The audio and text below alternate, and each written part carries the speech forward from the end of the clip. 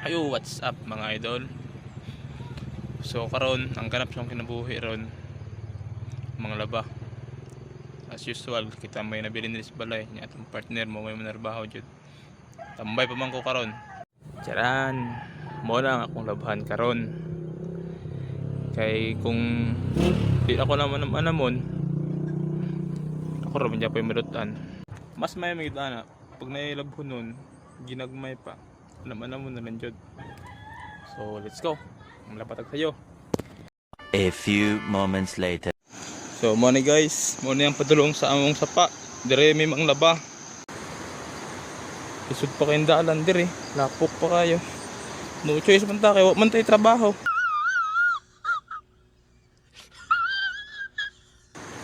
Kita gyud mang laba.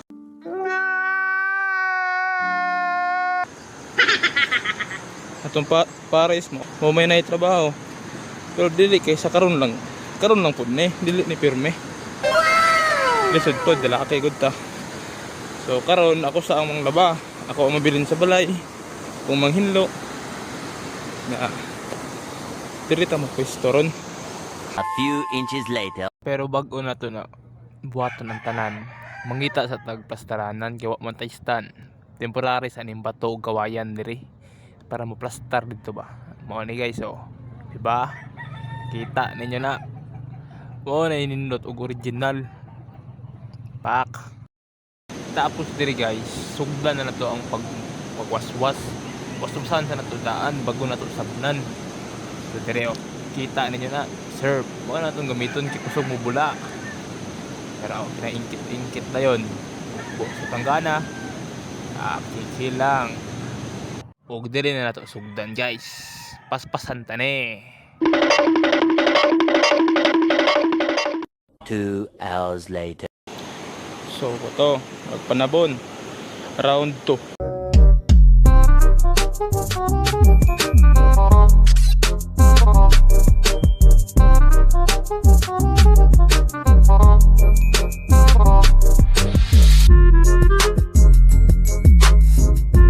One eternity later.